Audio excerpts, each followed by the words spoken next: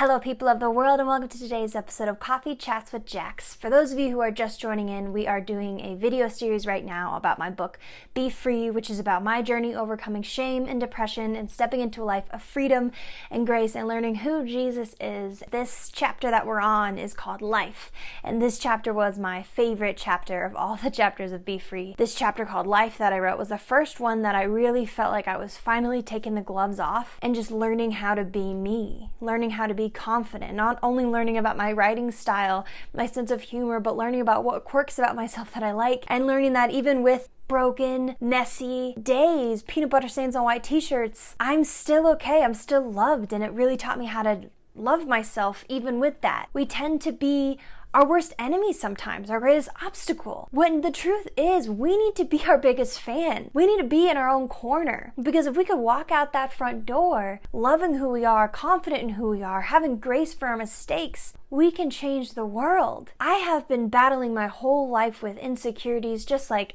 I think every single person has, whether they can admit it or not. Whether their insecurities based on if I'm skinny enough, if I'm funny enough, if I have enough friends. One of the questions that I ask in the discussion questions for this chapter called Life and Be Free is, what are the quirks about yourself that you love? And for me, I started writing that chapter because late one night I was sitting and eating a bowl of cereal for dinner, as I generally do, and as I did a lot back then. It's just something about myself that I can't go to sleep without doing. And my roommate at the time was just getting home and she was cooking herself like a real grown-up dinner, like quinoa, scrambled eggs, vegetables, I don't know, like real grown-up food. We were kind of teasing each other back and forth about how I'm eating cereal for dinner like a child and she's cooking herself a real meal. And instantly I felt like my reaction to that would have been shame. Like, as silly as this may sound and as small as this may sound, it was real to me because one of my insecurities is that I'm not mature enough. I'm not grown up enough. I'm still acting like I'm 6 years old, like with the things that I eat or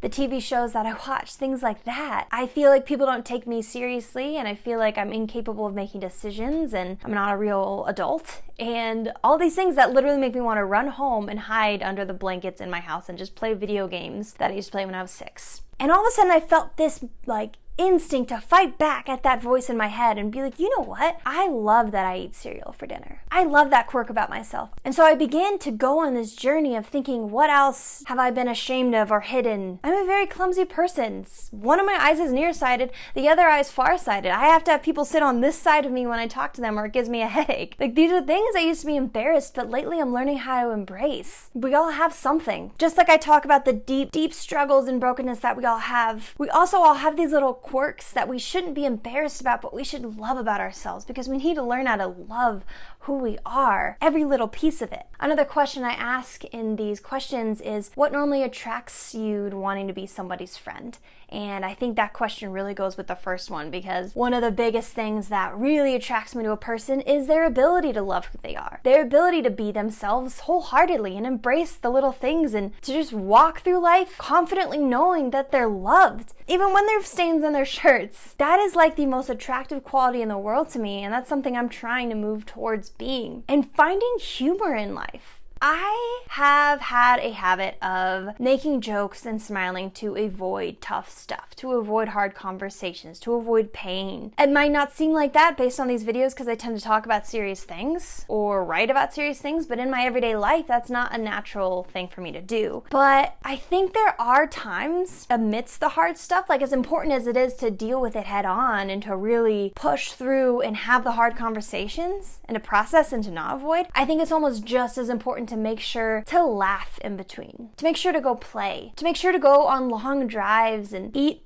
the jar of almond butter, watch the TV show episode of Friends or whatever sitcom you're obsessed with. It's important to laugh. It's important to find the humor in the little things in life because that's what gives us joy. What would it be like if we lived in a world where it didn't actually matter what other people thought of us? what would you be doing differently? What would it be like if we didn't have to look to everyone else to tell us what we have to wear, how we have to do our hair, how we have to walk, talk, and eat, what shows we have to watch, what music we have to listen to? What would it be like if we just got to decide that for ourselves? Sometimes when I'm really unhealthy, I tend to try and mold myself into somebody else. I idolize friends in my life, and I try and fit myself into their box, into their bubble, their hula hoop, or whatever you want to call it in the boundary conversation. I start to try and dress like them and eat like them and talk like them because I get so insecure with who I am that I just want to put myself aside and instead latch on to something else that I feel like makes more sense. But that's not okay. I am done with that life. I want to love who I am. I want to find out what my favorite things to do are, what my favorite foods to eat are,